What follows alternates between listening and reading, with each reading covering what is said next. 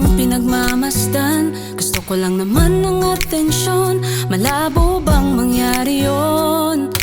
Tatakbo papalayo, babalik pa rin sa'yo. Mukhang tinamaan talaga ako. Araw-araw lalong nahuhulog sa'yo.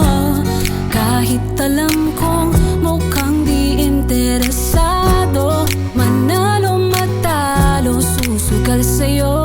Kahit alam kong delikado.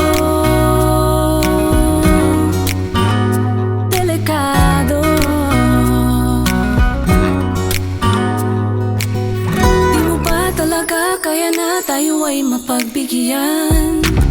Malay mo pareho pala tayo ng nararamdaman. O kahit isang pagkakataon, maari bang mangyari?